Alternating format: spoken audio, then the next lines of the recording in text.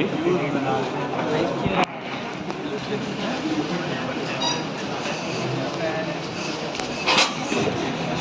Last time क्या किया था? अरे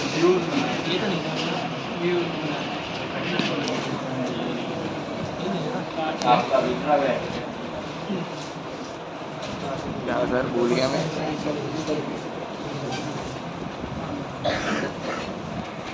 ये एप्लीकेशन बना रहे थे अभी सिंपल, जिसमें हमने स्टूडेंट मॉडल बनाया था मेरे ख्याल से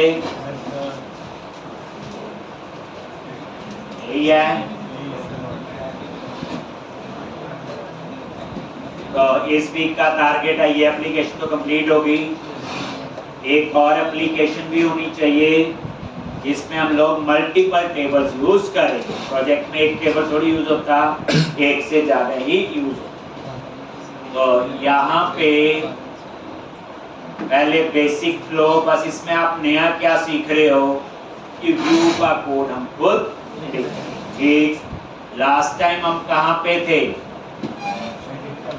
कंट्रोलर, स्टूडेंट कंट्रोलर और एडिट का पोस्ट बना रहे, यहीं पे थे ठीक। तो क्या करोगे? अब आपने देखा पहले क्रिएट का बनाया, सेम सा ही कोड है। अब हम कौन सा लिखेंगे? अपडेट।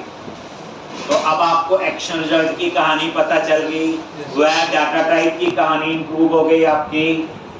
अब यहाँ पे क्या लिखना है आपने? बोलो। एक student is equals to null null return http not found। एक, और यहाँ पे अगर नल नहीं है तो क्या करना है? क्या करेंगे? बोलो जल्दी आगे। लिखा हुआ पहले फाइंड करेंगे, where क्या लिखेंगे? स्टूडेंट इन DB, एक वेरिएबल ले लिया और यहाँ पे क्या लिखते हैं? Context dot students dot find और यहाँ पास करेंगे Student जो dot से आईडी आए। कहाँ से आईडी आएगा? व्यू। फिर उसके बाद क्या करते हैं? हैं जी, ये भी चेक कर लो, अब हाथ पड़ चुकी है। नल और क्या रिटर्न करेंगे? http not और नल नहीं है तो अपडेट। पहली बात आप माइंड में रखो, जो ये स्टूडेंट ऊपर पैरामीटर में आ रहा है ये व्यू से आ रहा है। पहली बात, जो व्यू है, जो टेक्स्ट बॉक्स, वहां पे हम इंफॉर्मेशन को चेंज करते हैं। और लेफ्ट हैंड साइड पे क्या आपका? बोलो। Student in DB dot name, एक डॉट नेम, और कहां से आएगा नेम? जो व्यू से आएगा। तो लेफ्ट हैंड साइड में जो आपका, वो कहां से आ रहा है? आपका डाटाबेस से। राइट हैंड साइड में कहां से आ रहा है? व्यूज। और उसके बाद student in DB address is equals to student dot address। Address. एक चीज आना चाहिए, जैसे एक दो बच्चे आए थे मेरे पास में, इंटरनेट की जरूरत तभी पड़ती है जब वो पैकेज इंस्टॉल कर। एक एंटी फ्रेमवर्क इंस्टॉल करने में 1 मिनट लगता है, उतनी देर ही जरूरत होती है, फिर आपको इंटरनेट की जरूरत नहीं पड़ती। एक होता है ना कि अभी एप्लीकेशन बना रहा हूँ रन करने के लिए, नहीं, जब कोई नया पैकेज इंस्टॉल होगा तब आपको इंटरनेट होना चाहिए। जितना अभी तक पढ़ाई, जब आगे जैसे जरूरत होगी बताएं।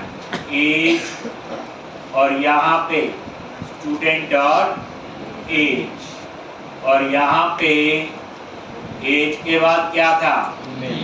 ईमेल और स्टूडेंट डॉट ईमेल। एक पहले हम वो कोड लिख रहे जो नॉर्मल फ्लो, एक जो हमें आता, फिर क्या लिखते हैं बोलो, कॉन्टेक्स्ट डॉट सेव चेंजेस। ये क्या करेगा, डाटाबेस में अपडेट और उसके बाद redirect to action name of index, name of. तो ये था आपका एडिट। एक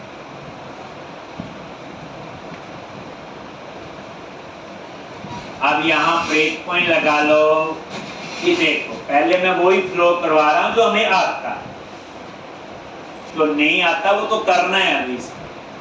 इसमें सिर्फ व्यू की प्रैक्टिस आपकी हो। तो ये सेम कहानी इससे पहले भी लिख चुके थे, ये वाली एम्प्लॉय वाले में कंट्रोलर का कोड लिखा था, ये सेम कोड आपका यहाँ पे लिख। अब इसे रन करो।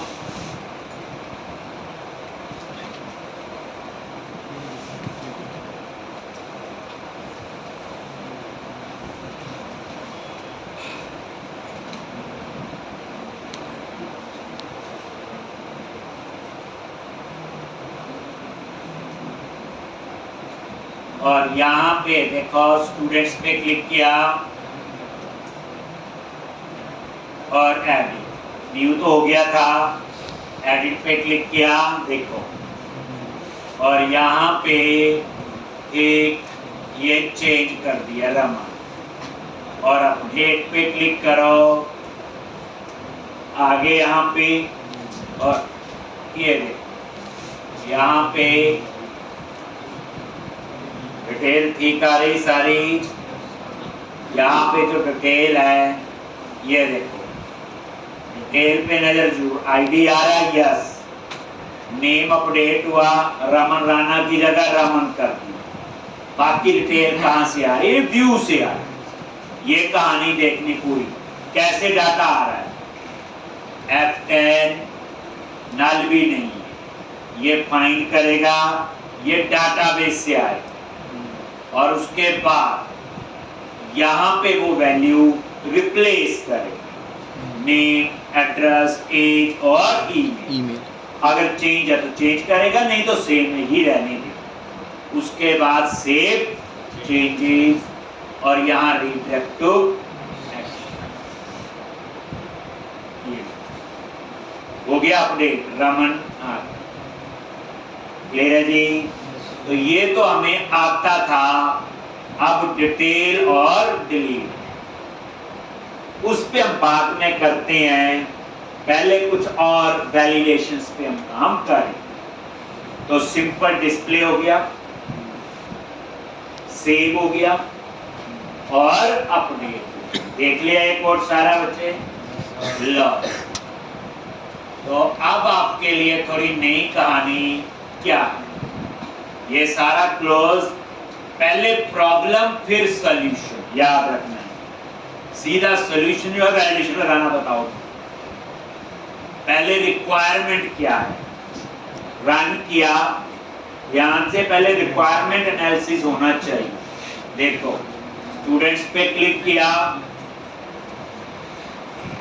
और न्यू स्टूडेंट आगे, यहां मैंने कुछ भी नहीं भरा। एक आप ये देखो, से एक काम करते हैं हम, यहाँ ब्रेक पॉइंट लगा लेते हैं समझने के लिए। स्टूडेंट कंट्रोलर पे गए और यहाँ पे यही है ना सेव का, एक यहाँ पे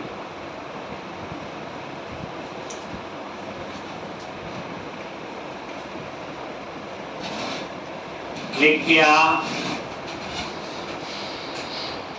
न्यू,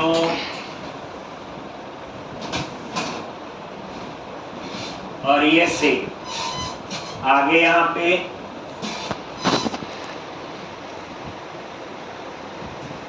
F10 नल नहीं है, लो जी ऐड, लेकिन यहाँ देखो स्टूडेंट में क्या आ रहा है,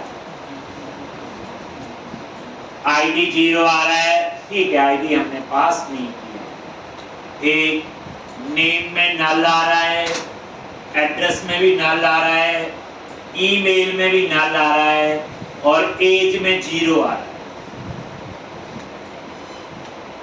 ऐसे ही है तो बताया हुआ, ये सारा काम किसका होता है, डिफॉल्ट कंस्ट्रक्टर, जो क्या करता है, जो डिफॉल्ट वैल्यू इनिशियलाइज, जैसे इंटीजर को 0 कर दिया और स्ट्रिंग को नल। ठीक है, F10 सेव चेंजेस, ये और डाटाबेस में ये सेव हो गया। ये देखो एक रिकॉर्ड आ गया। अब तो लेकिन हमें तो वैलिडेशन लगानी है कि नेम को एम्प्टी नहीं छोड़ सकते, एड्रेस को, एज, ईमेल, लेकिन यहाँ देखो ये तो खाली, तो इसके लिए हमें क्या आनी चाहिए, वैलिडेशन। एक वैलिडेशन होती सर्वर साइड, एक होती क्लाइंट साइड। इंपॉर्टेंट पहले बात समझेंगे, बाकी बात की बात। एक यानी कि एक वैलिडेशन है आपकी सर्वर साइड और एक आपकी क्लाइंट साइड। जो क्लाइंट साइड वैलिडेशन है, एक जैसे आपने पेज फिल किया, उसमें गलत इंफॉर्मेशन है, वो क्लाइंट साइड पे ही चेक हो जाएगी, पेज सर्वर पे नहीं जाएगा। सबसे ज्यादा वैसे वो यूज होता है, याद रखना। जैसे आपने वैलिडेशन लगानी है, भाई नेम खाली नहीं हो सकता, एड्रेस खाली नहीं हो सकता। एक आपने वैलिडेशन लगानी है, जैसे नेम को खाली नहीं छोड़ सकता, एड्रेस, एज, ईमेल। तो अगर एम्प्टी है तो यहाँ पे क्या करें, अगर ये एम्प्टी है तो यहाँ पे मैसेज आ जाए, नेम कैन नॉट एम्प्टी, ये ऐसे मैसेज आने चाहिए। तो ये सारा काम क्लाइंट साइड पे हो जाए। अब ये क्लाइंट साइड पे जो कोड होगा उसमें तो जावास्क्रिप्ट चलती है, क्लाइंट साइड पे तो ASP.NET का कोड चलेगा ही नहीं। जो ASP.NET MVC में बना रहे हैं वो तो सर्वर पे चलेगा। अगर मुझे ये चेक लगाना और नेम खाली नहीं हो सकता, एड्रेस ये सारा, तो मैं सर्वर पे बढ़िया लिख सकता हूँ।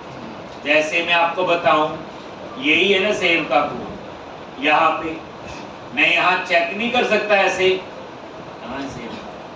ये यही है ना, मैं यहाँ चेक कर सकता हूँ कि वैसे आपने लिखना है स्टूडेंट डॉट नेम, हाँ जी एम्प्टी है तो ये हो, लगा सकता हूँ मैं इफ करके, सिंपल इफ का लॉजिक है। और क्या, खाली है तो ये करे। तो ये जो मैं कोड यहाँ लिखूंगा, ये कोड कहाँ रन होगा, सर्वर पे। अब आप बताओ, एक टेक्स्ट बॉक्स खाली है एक, और उसको चेक करने के लिए आपको कहां जाना पड़ेगा, सर्वर पे। फिर सर्वर पे जाएगा, वो देखेगा नेम खाली है, फिर वो पेज कहां से आएगा, वापस क्लाइंट पे, फिर मैसेज आ जाएगा name can not be empty. ऐसे फिर एड्रेस के केस में होगा। तो उस केस में प्रॉब्लम क्या है, बार बार वो सर्वर पे जाए, और सर्वर पे बार बार जाना आना, परफॉर्मेंस, टाइम। तो हम चाहते हैं कि सारी वैलिडेशन क्लाइंट साइड पे चेक कर ले। जैसे भाई नेम खाली नहीं हो सकता, एड्रेस, एज, ईमेल, या जैसे कई बार होता है password and confirm password must be same. दो टेक्स्ट बॉक्स ही कंपेयर करने हैं, age must be greater than equal to 80, date of birth greater than days. अब ये जो वैलिडेशन है, इसमें सर्वर पे जाके क्या करना, आप बताओ। Password and confirm password must be same, होता नहीं होता, सिर्फ उसमें करते ही क्या, दो टेक्स्ट बॉक्स कंपेयर करते हैं। अब उसके लिए मैं सर्वर पे भेजूंगा, फिर वो कंपेयर करेगा, फिर नहीं कंपेयर हुआ फिर वापस सर्वर से आएगा, तो टाइम तो आपका लगेगा, परफॉर्मेंस स्लो। इसलिए ये जो बेसिक वैलिडेशन है 90% वैलिडेशन हम क्लाइंट साइड पे ही करते हैं, यानी पेज सर्वर पे तभी जाए जब वैलिड डेटा एंटर किया। अगर आपने वैलिड डेटा एंटर नहीं किया तो वो पेज सर्वर पे नहीं जाना चाहिए। जैसे कभी याहू में साइन अप करो, डिटेल भरते हैं, कुछ गलत डिटेल होती, सबमिट पे क्लिक करते वही मैसेज आता है ना, सर्वर पे नहीं जाता वो होती है क्लाइंट साइड वैलिडेशन। कौन सी होती? Client side. लेकिन सर्वर साइड वैलिडेशन की भी जरूरत पड़ती है। जैसे छोटा सा डिफरेंस, अगर आपको ये चेक करना है कि ईमेल का फॉर्मेट वैलिड है कि नहीं, उसमें ये चेक होता है ना, @ को ऊपर लगा है, डॉट प्रॉपर, जो भी ईमेल का फॉर्मेट होता है वो तो हम क्लाइंट साइड पे चेक कर लेंगे। लेकिन आपको ये भी चेक करना है कि ईमेल डुप्लीकेट नहीं होना चाहिए, तो फिर उस केस में क्या है, सर्वर पे जाना पड़ेगा, डाटाबेस में से क्वेरी से देखना पड़ेगा ईमेल एग्जिस्ट करता है कि नहीं। तो उस समय आपको क्या वैलिडेशन चाहिए, सर्वर साइड, उस समय क्लाइंट साइड की नहीं हो। सोचो, आपको डाटाबेस में चेक करना है ईमेल एग्जिस्ट तो नहीं करता ये, एक तो कहां जाएंगे, सर्वर पे जाएंगे, सिक्योरिटी क्वेरी होगी, एक तो उस समय आपको आनी चाहिए सर्वर साइड वैलिडेशन। जैसे आपको ये चेक करना है, कई जगह होता है old password, new password and new confirm password. अब न्यू और कंफर्म तो क्लाइंट साइड से हो जाएगा, लेकिन ओल्ड पासवर्ड वो तो सिक्योरिटी क्वेरी लगा के डाटाबेस में मैच करोगे ना। तो कुछ वैलिडेशन ऐसी है जो सर्वर पे होगी, कुछ क्लाइंट। एग्जांपल मैंने आपको दो दे, और वैसे मैं बताऊं 90% हमें क्लाइंट साइड पे ही जरूरत पड़ती है। और क्लाइंट साइड पे आपकी ASP.NET नहीं चलती, क्या चलेगी, जावास्क्रिप्ट। प्रॉब्लम समझ आ गई? क्लाइंट साइड वैलिडेशन और सर्वर साइड वैलिडेशन। एक सर्वर साइड का मतलब ये होता है बच्चे कि हम यहाँ लिख रहे हैं कोड, कोई इतना मुश्किल नहीं, लिखेंगे बताए। क्लाइंट साइड तो क्लाइंट। तो अब आपको क्या करना है, सबसे पहले मॉडल्स पे जाओ। प्रॉब्लम समझ आ गई? वैलिडेशंस क्या होते हैं, चेक्स होते हैं। एक तो मैं शुरू में कहता था आपको, अलग से पढ़ेंगे वैलिडेशन, डिटेल में पढ़ेंगे, और हर प्रोजेक्ट की डिमांड है, हर पेज की डिमांड। आगे students.cs पे और इस पे, तो मैं यहाँ पे वैलिडेशन लगा रहा हूँ, जैसे नेम को खाली नहीं छोड़ सकते, तो इस नेम के ऊपर रिक्वायर्ड,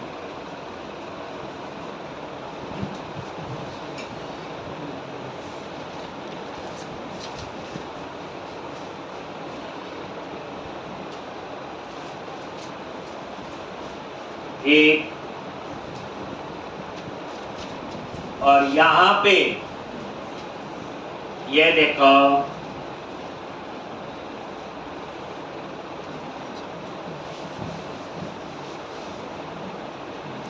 ये इसका नेम स्पेस ऊपर ऐड कर।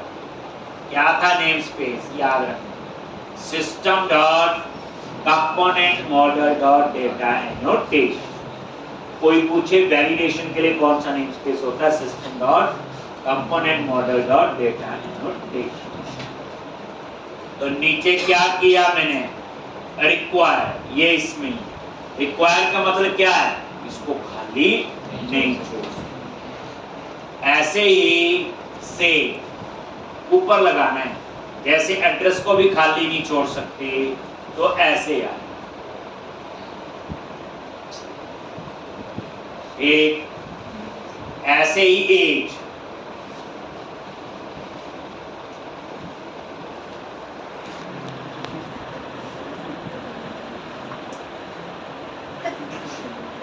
यहां पे भी रिक्वायर्ड। अभी एक ही दे, रिक्वायर्ड और ईमेल, इसको भी खाली नहीं छोड़।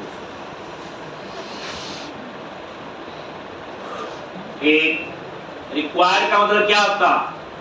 नल अलाउ नहीं है। एक ये अभी पहले ही, अब ये जो वैलिडेशन है अभी काम नहीं। अब उसके बाद आपको क्या करना पड़ेगा? माइग्रेशन और अपडेट डाटाबेस, क्योंकि हम मॉडल में इन वैलिडेशन का इफेक्ट डाटाबेस पे पड़े। कहां पड़ेगा? वही होगा नल लेवल फॉल्स, नल लेवल ट्रू होता था ऐसे। एक रिक्वायर्ड, वैसे मैं आपको बताऊं एज पे तो ऑलरेडी नल लेवल फॉल्स, इस पे रिक्वायर्ड नहीं भी लगाओगे तो कोई प्रॉब्लम नहीं। अब नेक्स्ट क्या करना है? अब क्या करो? माइग्रेशन चलाओ। ये डाटाबेस पे चेंज करेंगे ना, टेबल जहां बना हुआ उसमें। कैसे चलाते हो migration? Tools, nugget, console, package manager, console. यहां पे आगे क्या लिखना है? ऐड हाइपर माइग्रेशन, माइग्रेशन, एक ऐड रिक्वायर्ड टू, इस पे किया था, क्या नाम है मॉडल का? Student model. कुछ भी नाम थोड़ा मीनिंगफुल रख सकते हो आप लोग। Add required to student model, नहीं तो अलग अलग नेम, एड्रेस, एज, जिस इस पे आपने किया तो ऐड माइग्रेशन, और ये एक माइग्रेशन फाइल बना है।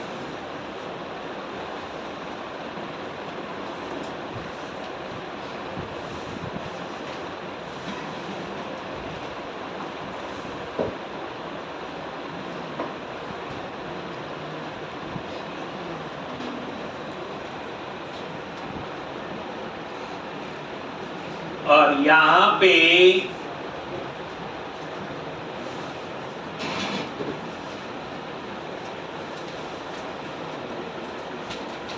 ये देखो, स्टूडेंट्स नेम, एड्रेस और ईमेल। एज अपने आप ही नहीं आया क्योंकि एज में नल अलाउ नहीं। अगर आपको ये देखना हो, ये देखो आगे आ गया, सब पे क्या लिखा आ गया? नल लेवल फॉल्स, नेम, एड्रेस और ईमेल। अब बोलो एज क्यों नहीं है? तो अगर आप पुरानी माइग्रेशन देखो, जो इनिट लोड हमने बनाई थी, याद करो ये बनी थी, और ये देखो इसमें ऑलरेडी एज में क्या लिखा हुआ? नल लेवल फॉल्स लिख दिया मैंने, उसका कोई फर्क नहीं है। तो ये देखो ये आपका, तो क्या लिखा? Alter column. क्या किया? कॉलम तो बने हुए थे पहले से, अब इसको क्या किया इसने? ऑल्टर, और इन तीनों कॉलम में नल लेवल फॉल्स। अब ऐड माइग्रेशन हो गया। लास्ट स्टेप क्या होता? अपडेट। क्या करेगा? अपडेट की नहीं? तो लिख लेते हैं, एरर आएगी तो देख लेंगे। अपडेट डेटा,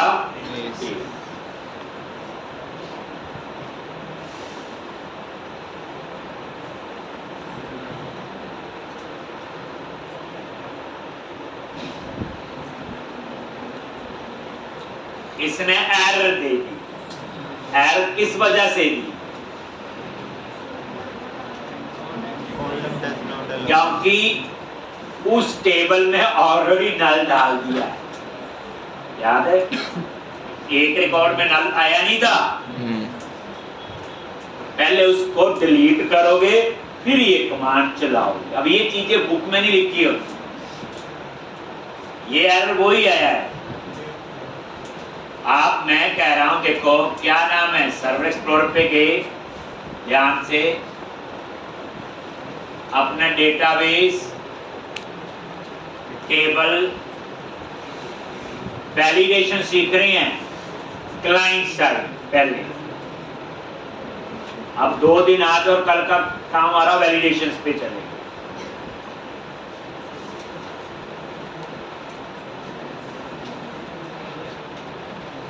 नेशनल कॉलेज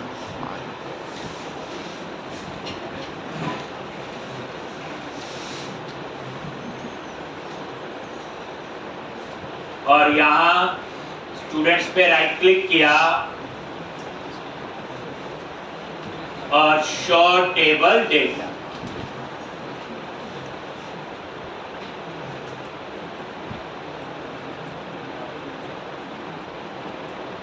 और ये देखो तीसरे रिकॉर्ड में नेम में क्या आ रहा है, नल। वो पहले से नल है, उसमें कहने का मतलब ये था, और हम उसके ऊपर वैलिडेशन लगाने पे नल अलाउ ना हो। तो आप लॉजिकली सोचो क्या करो, इस रिकॉर्ड को सेलेक्ट करके डिलीट, यस, और ये डिलीट हो। अब बाकी ना करना, मैं पूरा टेबल ही खाली करना। ठीक, अब कर दिया। अब आप यहाँ पे वही कमांड अपडेट डेटाबेस लिखी और ये डेटाबेस में अब अपडेट होना होगी। ठीक है जी, तो इतना काम हो गया। अब आप ये देखो वैलिडेशन लग गई। जब भी बच्चे डेटाबेस लेवल का कुछ काम होगा तो माइग्रेशन चाहिए, हर समय नहीं चाहिए होगी, आगे मैं दिखाऊंगा। तो हो गया जी। अब आप इसको रन करते हैं। ठीक, मैंने कुछ नहीं किया, मॉडल में गया, रिक्वायर्ड लगाया, ऐड माइग्रेशन अपडेट डेटाबेस, और कुछ भी नहीं किया अभी तक। और यहाँ पे स्टूडेंट्स पे क्लिक करो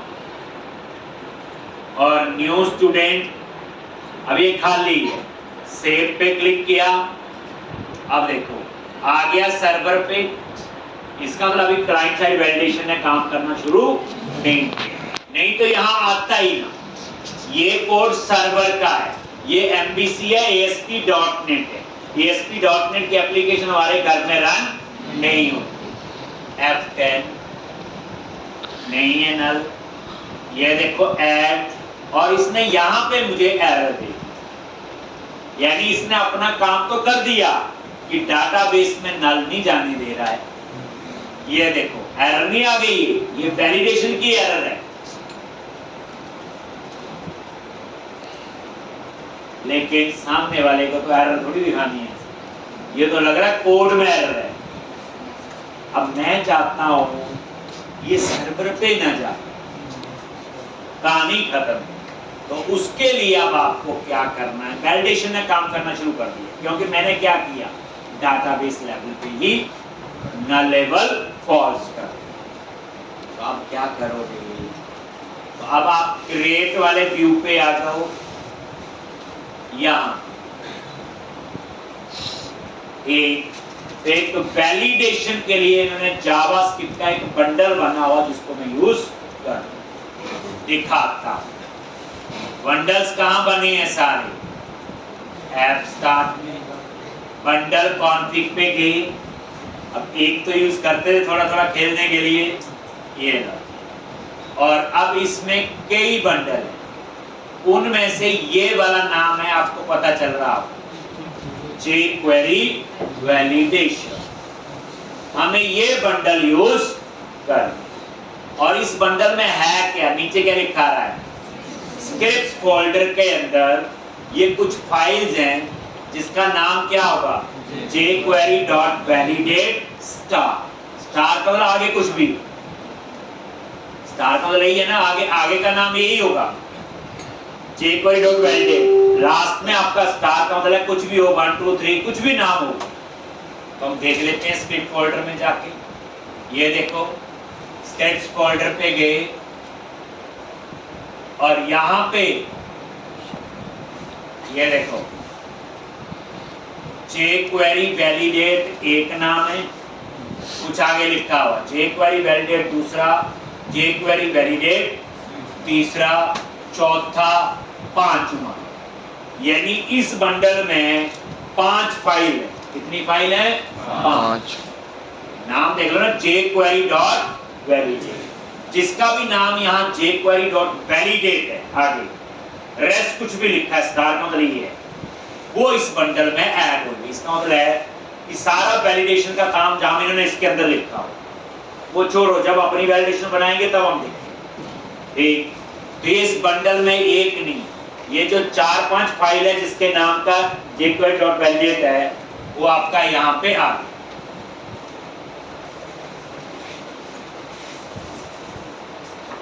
अब हमने इस बंडल को यूज करना, तो हमने एक चीज और पढ़ी, इस बंडल को लेआउट में ऐड करो। क्या होगा लेआउट में ऐड हो, देख लेते हैं। क्योंकि जो चीज लेआउट में ऐड है वो तो ऑटोमेटिकली एक्सेस होगी हर पेज पे। कैसे जाओगे, व्यूज, शेयर और लेआउट। आगे ये बंडल ऐड है और ये हमें पता है बूटस्ट्रैप के लिए, याद है लॉन्च। तो हम ये वाला बंडल ऐड है ना, तो यहाँ पे मैच एक, मतलब ये बंडल जो है लेआउट में ऐड। और देखो कौन सा है बच्चे, मॉडर्नाइजर। किस काम के लिए वो बात की बात है, पहले हम मैप कर देख लेते हैं। मॉडर्नाइजर कहाँ लिखा हुआ, ये है ना, तो इसका मतलब ये वाला बंडल भी है। ठीक, फिर लेआउट पे गए, बस ऊपर ये दो। अब नीचे आ जाओ, ये bundle jQuery, bundles dot jQuery। तो अब आप इस बंडल पे गए, बंडल डॉट ये वाला हुआ ना, तो इसका मतलब ये भी लेआउट पे ऐड। फिर उसके बाद bundle slash bootstrap, bundle slash ये भी मैच है, ये बूटस्ट्रैप। यानी कि कितने बंडल टोटल है, ये भी ऐड है लेआउट पे, ये भी ऐड है, ये भी ऐड है, एक ये भी ऐड है। सिर्फ एक ही बंडल ऐसा है जो लेआउट पे ऐड नहीं है, वैलिडेशन वाला। अब हमें इतना नॉलेज तो आज हो गया है कि लेआउट में जो चीज रख दो पूरे प्रोजेक्ट में अवेलेबल होती है। तो मुझे वैलिडेशन लगानी है तो मैं इस बंडल को चाहूं तो लेआउट पे ऐड कर सकता हूं जैसे बाकी ऐड की, लेकिन जो वैलिडेशन है वो मुझे हर पेज पे नहीं चाहिए। अब मुझे इंडेक्स वाले पेज पे थोड़ी वैलिडेशन चाहिए, मुझे डिटेल वाले पेज पे थोड़ी वैलिडेशन चाहिए, मुझे डिलीट वाले पेज पे थोड़ी वैलिडेशन चाहिए। सोचो, तो अगर मैं इसको लेआउट में ऐड कर दूंगा काम हो जाएगा, लेकिन ऑप्टिमाइज नहीं होगा। इस बंडल में दिखाई दी 5-6 फाइल्स हैं, वो 5-6 फाइल हर पेज पे ऐड होगी और मुझे जरूरत सिर्फ कहाँ है, क्रिएट में और एडिट। इसलिए इन्होंने क्या किया हुआ, वैलिडेशन वाला बंडल लेआउट में ऐड नहीं।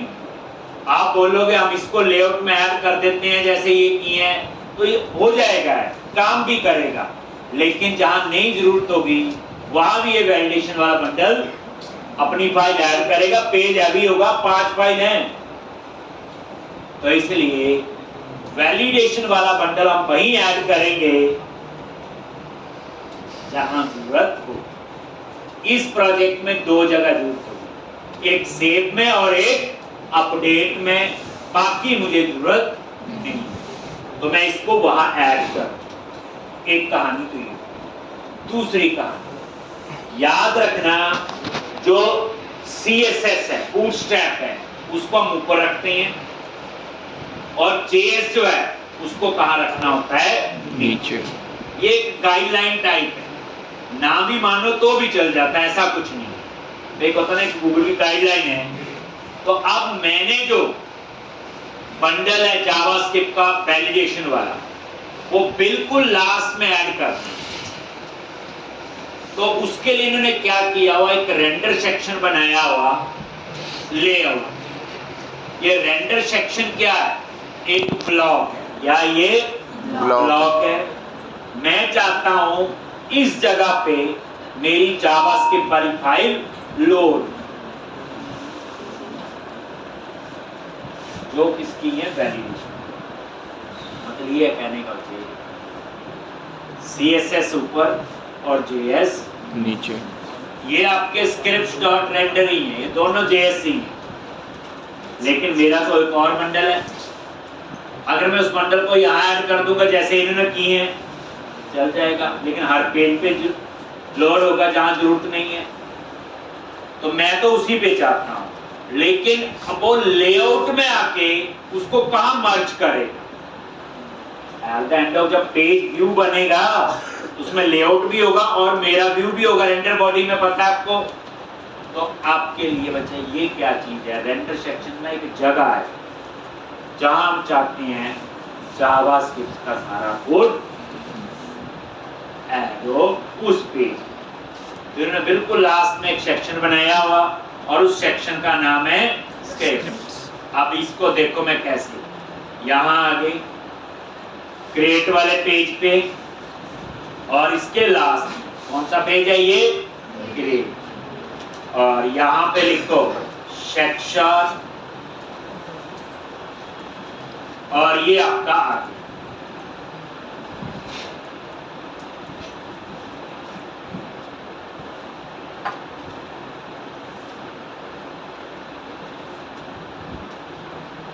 सेक्शन स्क्रिप्ट्स,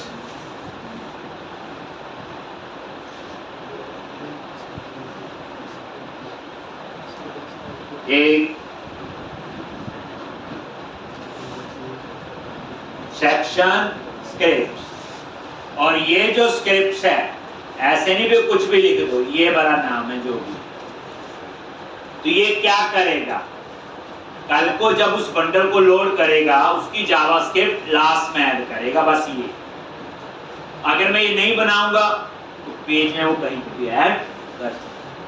अब सिर्फ इस लास्ट में ऐड करेगा, और ये रेंडर सेक्शन मल्टीपल हो सकते हैं बच्चे।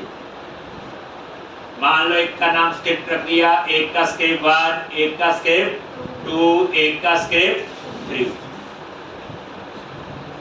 एक का स्क्रिप्ट 1, स्क्रिप्ट 2, स्क्रिप्ट।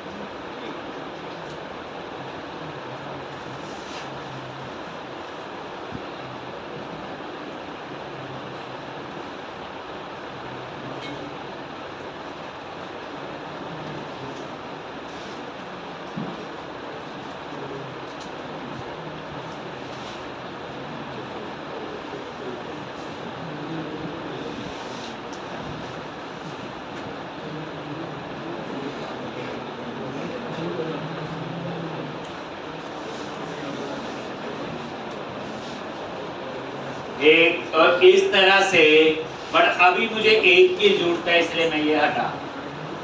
ठीक, ये जो है ये कोई कीवर्ड नहीं है, इसका नाम ABC, तो यहाँ पे भी फिर इसका नाम क्या लिखोगे?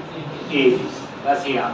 ठीक है, अब इस देखिए, अब यहाँ पे कैसे बंडल को ऐड करोगे? बिल्कुल इसी तरह से जैसे ये ऊपर इन्होंने लिखा, स्क्रिप्ट डॉट रेंडर, और यहाँ पे आपका आएगा बंडल का नेम। और बंडल कहां से उठाओगे? बंडल कॉन्फ्रेंस, वही है ना सारा।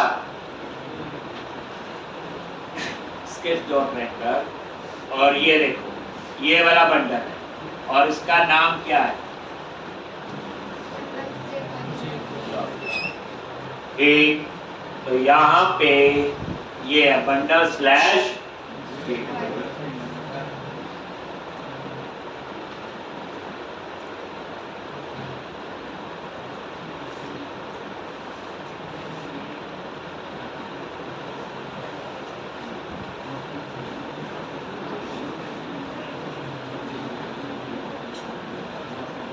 ले रहा है। अब यहाँ पे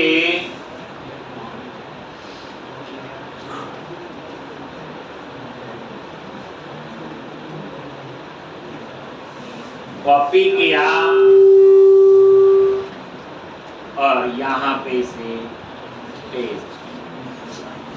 एक, इसका मतलब क्या हुआ, अब ये बंडल तब लोड होगा जब क्रिएट वाला व्यू लोड करेगा, और इस बंडल का जो जावास्क्रिप्ट होगी वो सारी कहाँ लिखी जाएगी, बिल्कुल लास्ट में, उस सेक्शन के अंदर जो सेक्शन में ना ये नाम।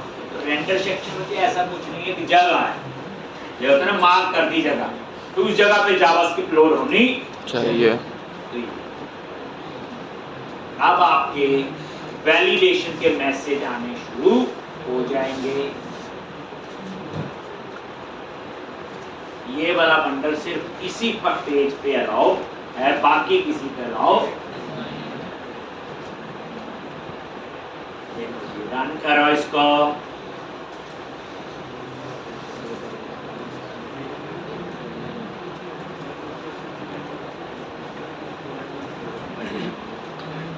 ये देखना, जैसे मैंने सेव पे क्लिक किया मैसेज आने शुरू हो गए।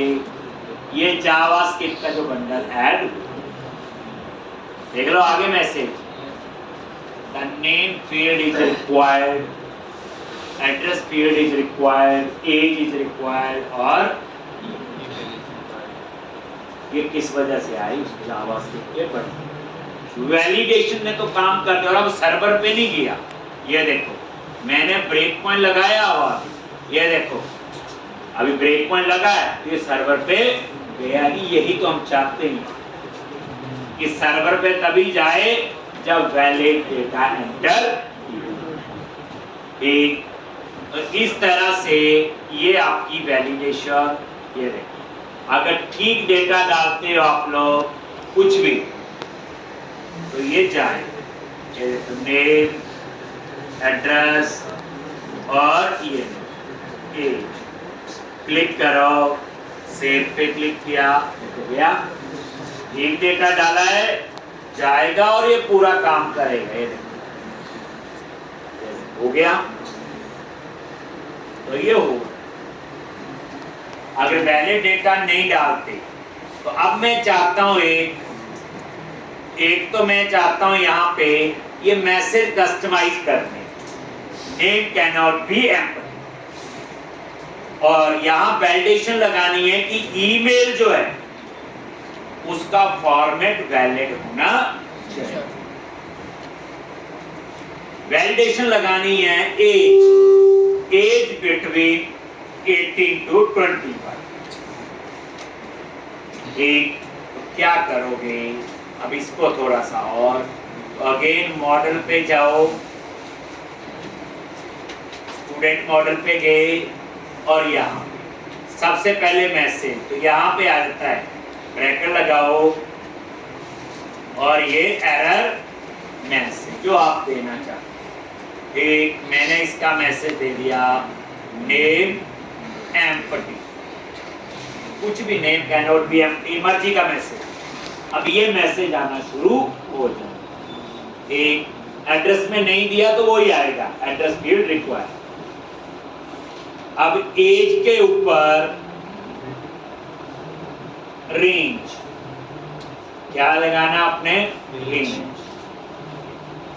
और यहां पे मिनिमम वैल्यू कितनी देनी, 18, मैक्सिमम कितनी, 25, और यहां पे एरर मैसेज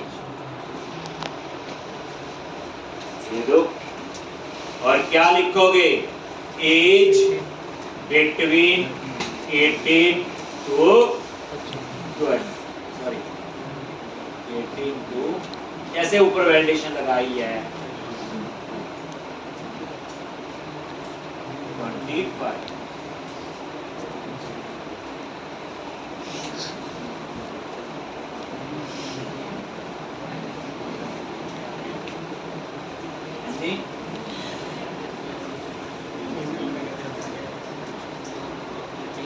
क्या कह रहे, और यहाँ पे ईमेल,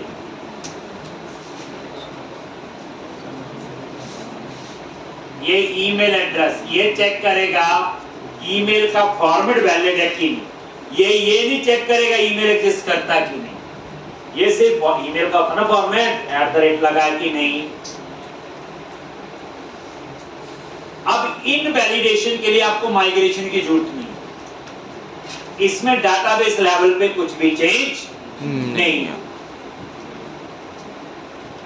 आप माइग्रेशन चला भी लोगे तो भी कोई फर्क नहीं पड़ेगा।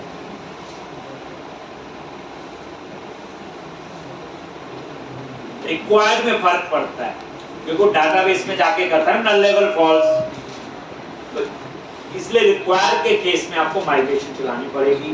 ये तो आर्टिफिशियल है, सामने जो नजर आ रहा है वही है।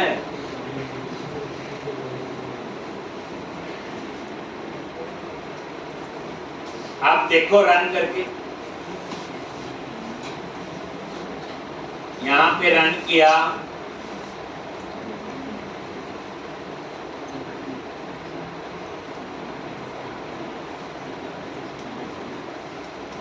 स्टूडेंट्स, और क्या आएगा न्यू, ये देखो एक के ऊपर दो भी हो सकते हैं, रिक्वायर भी है और ईमेल भी है, पॉसिबल है। देखो अभी रिक्वायर चला और ये मैसेज चेंज हो गया, नेम एम्प्टी, एक और यहां पे आपने नेम एंटर कर दिया, कोई भी ये एंटर कर दिया, यहां पे एड्रेस, ये एड्रेस। अब एज फील्ड रिक्वायर लिखा है, मैंने एज 15 लिख दी, मैसेज चेंज हो गया, एज बिटवीन 18 to 25, समझ आ रहा है? मैंने लिख दिया जी 24। अब ठीक है, मैंने यहाँ पे ईमेल का फॉर्मेट भी वैलिड किया, तो यहाँ आ गया email field is not a valid email address, या खुद लिखना है तो please enter valid email address. ये देखो अगर वैलिड कैसे काउंट होगा, @ ठीक, जैसे लिख दिया मैंने gmail.com वैलिड है। ठीक, आप ये चाहते हो कि ईमेल पे भी मर्जी का मैसेज देना, लो एरर मैसेज क्या लिखोगे, एंटर वैलिड ईमेल एड्रेस। ठीक, अब ये कुछ बेसिक वैलिडेशन है, ये चाहिए होगी हमें जो मैं बता रहा हूं, पर कोई ऐसी वैलिडेशन होगी जो यहां से नहीं हो सकती। जैसे मान लो किसने बोला age must be greater than 18, अब रेंज तो रेंज देनी पड़ेगी ना, मिनिमम और मैक्सिमम। अब जैसे रेंज है बच्चे, ये याद रखना, ये डेट के साथ भी चलता है, मिनिमम डेट और मैक्सिमम डेट। जैसे होता है date of birth between this and this, वहां भी करेगा।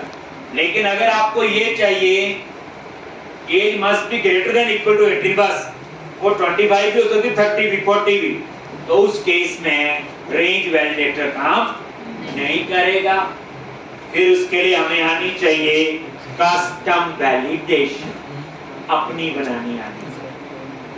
तो इसका मतलब वैलिडेशन के 3 पार्ट है, client side, server side and custom.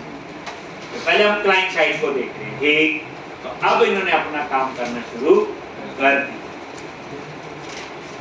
तो पहले हम इसी पे थोड़ा और अंडरस्टैंड करते हैं। देखो रन करो,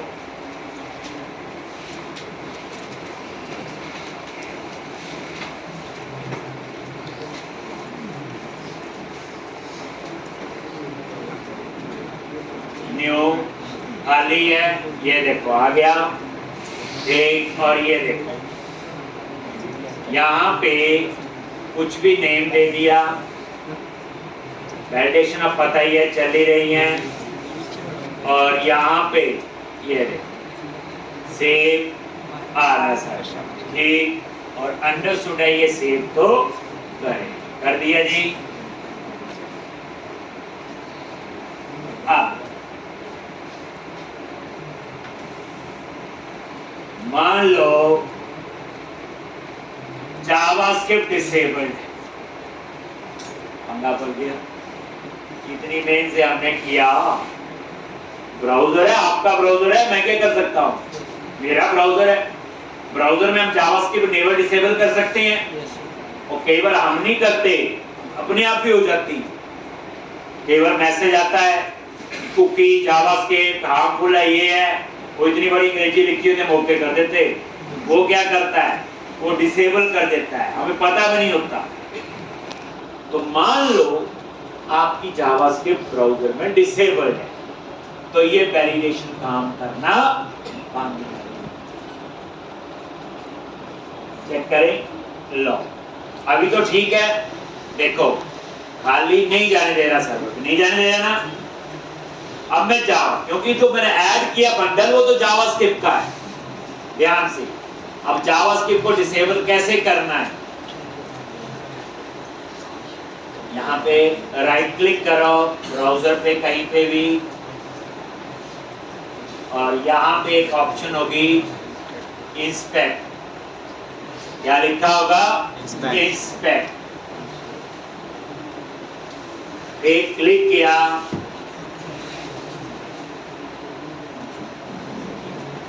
और ये आ गई विंडो एक, और इसमें ये जो विंडो है यहाँ राइट साइड पे एक सेटिंग्स है, इस पे क्लिक करो, और यहाँ पे नीचे कहीं ना कहीं लिखा होगा डिसेबल जावास्क्रिप्ट, ये लिखा हुआ ना डिबगर। और ये जावास्क्रिप्ट क्या होगी, मैंने परमानेंट नहीं की, ये सिर्फ तरह किसकी होगी, इसी ब्राउजर के इंस्टांस की। ब्राउजर की करनी है, टूल्स में जाके ऑप्शन में कर दे अगर आपको तो मनना है, ठीक, तो कहीं कुछ नहीं चलेगा। और तो मैं सिर्फ आपको ये टेस्टिंग करवा के दे रहा हूँ कि गलती से अगर जावास्क्रिप्ट डिसेबल हो तो ये डिसेबल सिर्फ इसी इंस्टांस की, जब तक ये ऊपर नहीं चलेगी बाद में ये अपने आप ही इनेबल हो। ठीक, ये देखो, ये आपने रिफ्रेश किया और ये देखना, सेव पे क्लिक किया, ये खुला रखना बच्चे ये पेज, और क्लिक किया, कहाँ चला गया, सर्वर पे। और जावास्क्रिप्ट क्या है, डिसेबल। और ये देखो अब इसने यहाँ एरर दे, एरर थोड़ी आना चाहिए सामने वाला, तो घर ही जाएगा, ये तो हमें पता है। लो दोबारा से मैं एक बार पूरा बताता हूँ, देखो रन किया, ध्यान से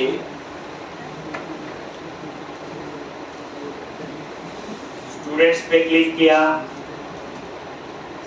सारे लोग क्लाइंट साइड पे वैलिडेशन लगाते हैं, कोई मुश्किल नहीं, लेकिन क्लाइंट साइड पे जावास्क्रिप्ट डिसेबल होगी तो गलत डेटा सर्वर पे जाए।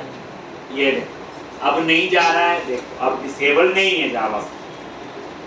अब मैं इसको टेम्परेरी डिसेबल करूंगा, कैसे, इसी ब्राउजर को ओपन करो, राइट क्लिक और इंस्पेक्ट पे क्लिक किया,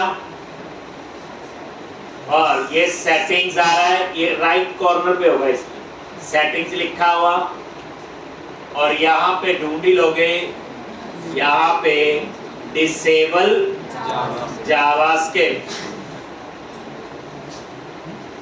डिसेबल जावास्क्रिप्ट हो गया जी। अब आप देखो, इसको बंद नहीं करना, और इसको एक बार रिफ्रेश करो, और अब देखो जैसे सेव पे क्लिक करोगे तो सर्वर पे, और सर्वर पे चला गया तो यहाँ पहुंचेगा, यहाँ पे। अब यहाँ रुक इसलिए जाता है क्योंकि मैंने वैलिडेशन मॉडल में डाटाबेस में लगाई, ठीक, नहीं तो डाटाबेस में नहीं लगाता ना, यहाँ उसने नल वैल्यू सेव कर दी, ये देखो इसलिए रुक गया यहाँ पे। जो रिक्वायर्ड कहाँ लिखा हुआ, डाटाबेस, क्योंकि सेव चेंजेस कहाँ करेगा, डाटाबेस। तो यहाँ पे अब क्या करना पड़ेगा आपको, यहाँ पे अगर नल नहीं तो यहाँ पे हम लोग सर्वर पे भी वैलिडेशन चेक करेंगे, डबल चेक लगाएंगे। अगर क्लाइंट साइड पे जावास्क्रिप्ट डिसेबल्ड है, ठीक, तो कहीं सर्वर पे जाके ना गड़बड़ी कर दे, ये कोड सारा चेंज हो जाएगा। यहाँ तो अभी और वैलिडेशन लगेंगी। If model state dot is valid. अब हम एक डबल चेक हो गया ना, बाय डिफॉल्ट क्लाइंट साइड पे चलेगी ट्रू, अगर क्लाइंट साइड पे जावास्क्रिप्ट डिसेबल्ड होगी तो वो यहाँ पे आए। पूरी बात समझो। अगर ये फॉल्स है, ये नॉट लगा, अगर ये फॉल्स है, इज वैलिड बच्चे ट्रू और फॉल्स रिटर्न करता है। ये देखो F12 प्रेस किया, क्या रिटर्न कर रहा है? बूलियन वैल्यू, ट्रू या फॉल्स। अगर ये और रीड ओनली है, गेट अकेला, तो ये सिर्फ ये फॉल्स कब होगा? जब वैलिड डेटा एंटर नहीं है। और यहीं से रिटर्न व्यू और फिर उसी एक वो इसी व्यू पे रहे।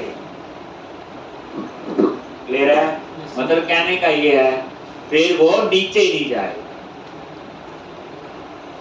तो इज वैलिड अगर ये फॉल्स है, नॉट लगा दिया ना आगे, अब क्या करेगा? अब ये सर्वर पे चला भी गया तो ये नीचे वाला कोड, मेन कोड तो इसके लिए संभाल आता था, यही तो डाटाबेस में सेव कर रहा है। ठीक, तो पहले क्लाइंट साइड पे चेक करेगा वैलिडेशन, किसी के ब्राउजर में जावास्क्रिप्ट डिसेबल्ड होगी तो वो सर्वर पे जाएगा और वो उसी व्यू पे रहेगा जिस पे है एक बार आप इसे टेस्ट करो। कहानी पूरी प्रैक्टिस करनी इसकी। ये देखो स्टूडेंट्स, न्यू स्टूडेंट, अभी एक क्लाइंट साइड पे चल रही है, ठीक है, नॉर्मल चलेगा। जावास्क्रिप्ट डिसेबल, राइट क्लिक करो, इंस्पेक्ट, और यहां पे सेटिंग्स पे गए और यहां पे डिसेबल जावास्क्रिप्ट कर दिया, इसको यहीं नीचे रहने देना। ये देखो रिफ्रेश किया और अब देखो क्लिक किया, आ गया सर्वर पे F10 और ये वैलिड नहीं है तो यहीं से वापस हो जाएगा रिटर्न व्यू और नीचे का कोड नहीं चलेगा और ये देखो वापस उसी व्यू पे जाएगा। ये लो मैसेज आ गया ना वही, यानी वापस उसने वापस क्लाइंट साइड पे हिट कर दिया। ठीक, तो ये था एक इंटरेस्टिंग कंसेप्ट था, लेकिन अभी तो मेरे को ये वैलिडेशन लगानी है ईमेल डुप्लीकेट नहीं होना चाहिए। वो हम सर्वर पे चेक करें, यहाँ पे वो वैलिडेशन कहीं पे लगाएंगे, पर इसके लिए ना कल आना पड़ेगा आपको। तो बड़ा इंटरेस्टिंग कंसेप्ट है बच्चे। क्लाइंट साइड वैलिडेशन जावास्क्रिप्ट में होती है, हमने नहीं बनाई जावास्क्रिप्ट, अभी बनी यूज कर लेंगे, हम भी आगे लिखेंगे। ठीक, क्लाइंट साइड पे चल रही सारी वैलिडेशन 90% वो ही चलती है। ठीक, पर क्लाइंट साइड पे अगर गलती से किसी की जावास्क्रिप्ट डिसेबल्ड हो तो इस लाइन का ये कमाल है, इसका कमाल है ये इस लाइन का। ठीक, तो बड़े ढंग से कंसेप्ट इंपॉर्टेंट था, कोड तो था ही नहीं, थोड़ा सा मॉडल में चेंज किया, माइग्रेशन चलाई और एक बंडल नीचे ऐड किया और एक लाइन ही, इसलिए इसमें कोड नहीं था, कंसेप्ट आपका इंपॉर्टेंट था। तो कल हम लोग इसमें ही आगे करेंगे।